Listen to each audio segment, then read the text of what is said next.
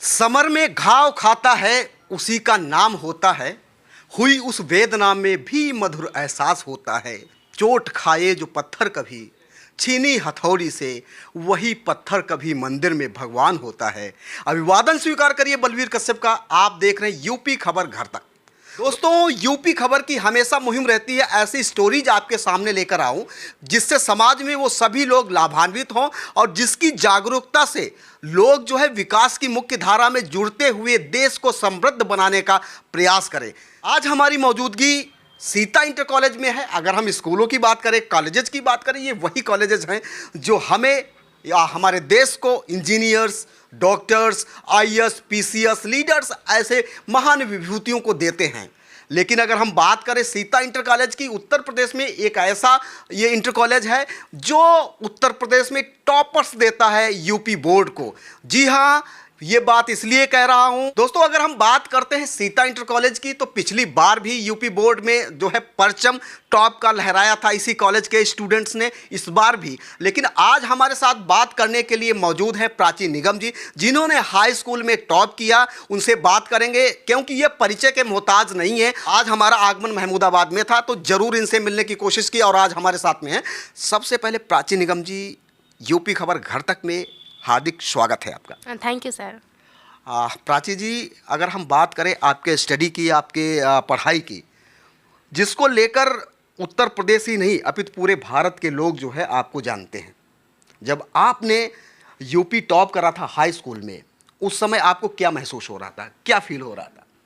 हम बच्चे सभी पढ़ाई करते हैं और उसको ये उम्मीद थोड़ी होती है कि हाँ मेरी कोई रैंक आएगी। बस बच्चा ये टारगेट लेके चलता है कि हाँ मुझे अच्छे परसेंटेज गेन करने हैं। और आप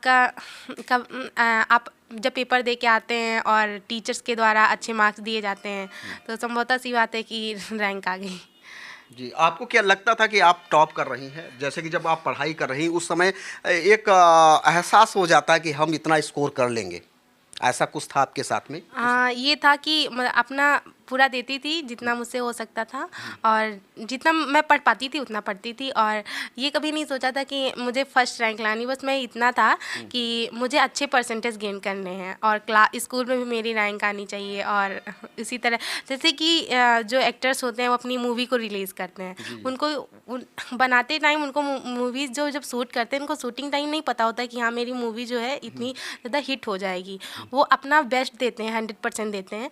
लेकिन जो दर्शक होते हैं, जो देखने वाले होते हैं, वो तय करते हैं। अब उनके द्वारा तय किया जाता है कि आपकी मूवी कितनी हिट होगी। वैसे ही हम लोग पेपर देते हैं, हम लोग तैयारी करते हैं, अपना पूरा 100% देते हैं। वो टीचर पर डिपेंड करता है कि मुझे मार्क्स कैसे देता है। अच्छा, टीचर पे।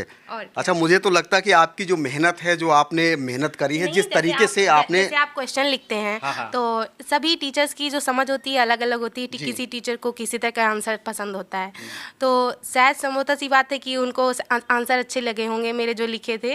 और ऐसे सभी बच्चों के बहुत अच्छे अच्छे मार्क्स आए हैं और इसलिए मैं पहली बार तो नहीं सोची थी, बट मार्क्स अच्छे आएंगे इतना सोचा था। मार्क अच्छे आएंगे इतना सोचा था। देखिए, इनका सीधे तौर पे ये कहना है कि मतलब अपनी कोशिश और अपनी मेहनत में कमी ना करिए, फल तो ऊपर वाला देने वाला है और फल तो आपको मिलेगी। फल की चिंता न करते हुए आप अपनी मेहनत को कंटिन्यू रखें। अगर बात करें आपके सब्जेक्ट्स की, कौन कौन से सब्जेक्ट थे? Now I am in 11th class, but जो मेरा जो 10th में, I would like to ask about only 10th। Okay okay. जो 10th क्लास में 6 सब्जेक्ट होते हैं, 600 का पेपर आता है और उसमें एक Hindi, English, math, SST, science, social science और जो आपका ऑप्शनल सब्जेक्ट लेते हैं ड्राइंग, संस्कृत, एग्रीकल्चर, कंप्यूटर, इनमें 5 सब्जेक्ट होते हैं। अच्छा, इसमें क्या डिफरेंस ये होता है जैसे कि मैथ कुछ चेंज होती है, जो आर्ट साइड वाले लोग होते हैं या साइंस वाले, उनका एलिमेंट्री होता है शायद, जो हिंदी, इंग्लिश और सोशल साइंस और साइंस ये आपका कॉमन होता है, इसको सभी बच्चे को लेना पड़ता है। और जो मैथ और एक होम साइंस होती है, इसमें बच्चा जो उसे चूज़ करना चाहे। और फिर एक ऑप्शनल सब्जेक्ट होता है, उसमें 3-4 सब्जेक्ट रहते हैं। जो बच्चा ड्राइंग पसंद है उसको ड्राइंग लेता है, संस्कृत पसंद है तो संस्कृत या एग्रीकल्चर, कॉमर्स और कंप्यूटर, या इसमें से। प्राची ने क्या सेलेक्ट किया? हाँ, मैंने ज्योमेट्रिकल आर्ट चूज़ की थी। अच्छा अच्छा अच्छा। तो अगर हम विषय की बात करें, आपके सबसे अच्छा विषय कौन लगता है आपको? अभी तक तो मैथ भी जो सब्जेक्ट, क्योंकि 10th में होते हैं तो आपको सभी सब्जेक्ट पे प्रॉपर टाइम देना पड़ता है, क्योंकि अगर एक भी सब्जेक्ट में 1 मार्क्स कम हो गया तो आपका परसेंटेज गिर सकता है।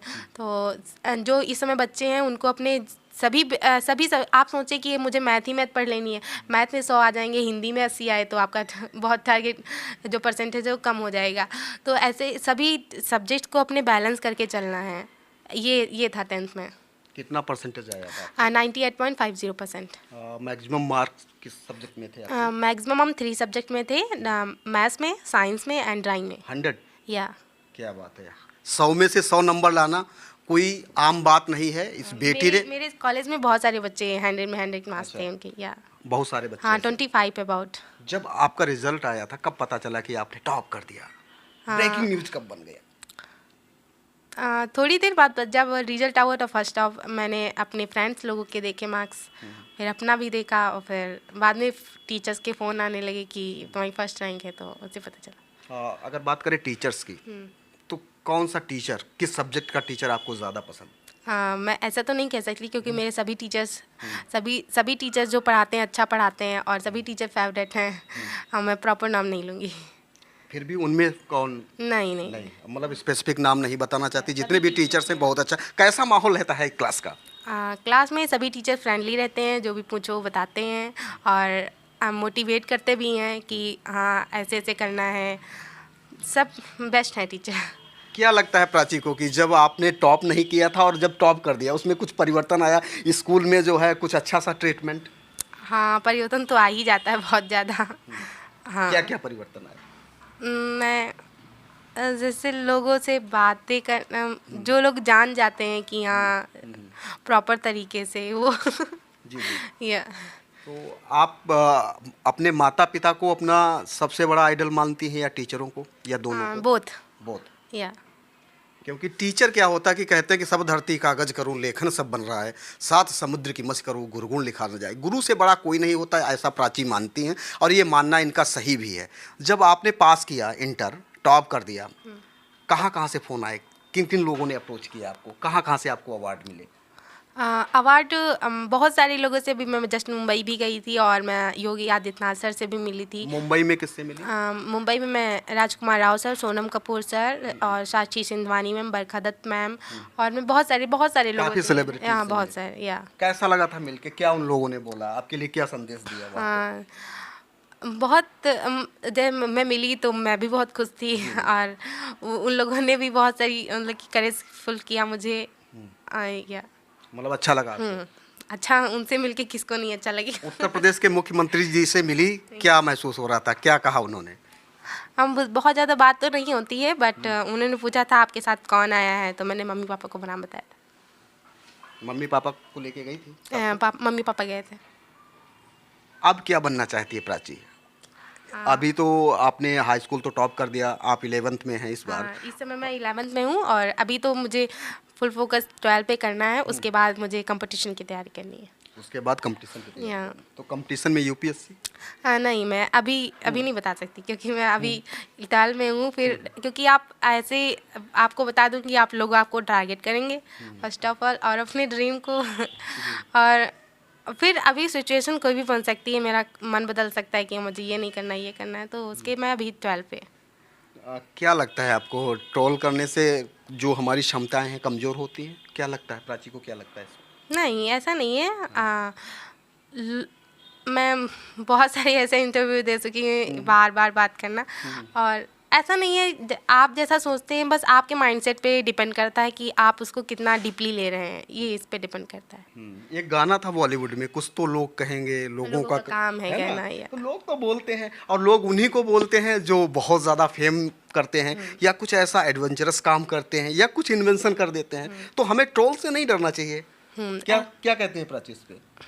ट्रोलिंग से डरना क्या, एक आपको फेम मिल जाता है, और मेरे जो जैसे कि मैं वहाँ पर पहुँची, मैं इतने अच्छे लोगों से मिली, तो इसमें ट्रोलिंग का मैं ज़्यादा इफेक्ट। प्राची को क्या लगता है कि यूपी टॉप करने के बाद फेम आई हाथ में, या ट्रोलिंग की वजह से आई? क्या लगता है प्राची को? दोनों से। दोनों से। हाँ, जैसे अगर आप टॉप ना करती, अगर आप अच्छी पढ़ाई ना करती, तो शायद लोग ना ट्रोल करते ना? नहीं, ट्रोल ना करते तो फिर मैं यूपी तक ही रहती और उन्होंने ट्रोल किया तो मैं बहुत ज़्यादा हाँ, अब यूपी से बाहर चली गई ना ट्रोल से, ये- तो ट्रोलिंग से नहीं घबराना चाहिए। नहीं। तो अगर बात करें, देखिए जो फिजिकल अपीयरेंस होती है उससे कुछ नहीं होता। आपने बहुत बड़े फिलोसफर्स के नाम सुने होंगे, सुकरात का तो नाम आपने सुना होगा, अष्टावक्र का नाम सुना होगा, और आप सचिन तेंदुलकर को भी देखते होंगे क्या हाइट है। तो हमें फिजिकल अपीयरेंस से कुछ किसी का आकलन नहीं कर सकते। आकलन किससे होता है? आपके कार्य से, आपके विजन से, आपकी सोच से। दोस्तों चलते चलते लास्ट में एक प्रश्न करना चाहूँगा प्राची जी से, जो स्टूडेंट हैं, विद्यार्थी हैं, उनके लिए क्या संदेश देना चाहती हैं आप? सबसे पहले वो अपना जो भी वो कर रहे हैं उनको अच्छे से करना चाहिए।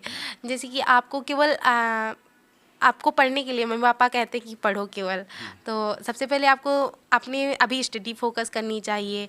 और जो भी अब मैं जो इस टाइम 10th में बच्चे हैं, क्योंकि मैंने 10th का पेपर दे रखा है, तो उनके लिए अपने सिलेबस को सबसे पहले अच्छे से कंप्लीट कर लें, क्योंकि अब बहुत थोड़ा सा कम टाइम बचा हुआ है और अभी प्री बोर्ड के एग्ज़ाम होने हैं, फिर बोर्ड के। तो अपने सिलेबस को अच्छे से कवर करें। फिर जो भी आप उन्होंने नोट्स साल भर में बना के रखे हुए हैं उनको रिवाइज़ करें लगातार।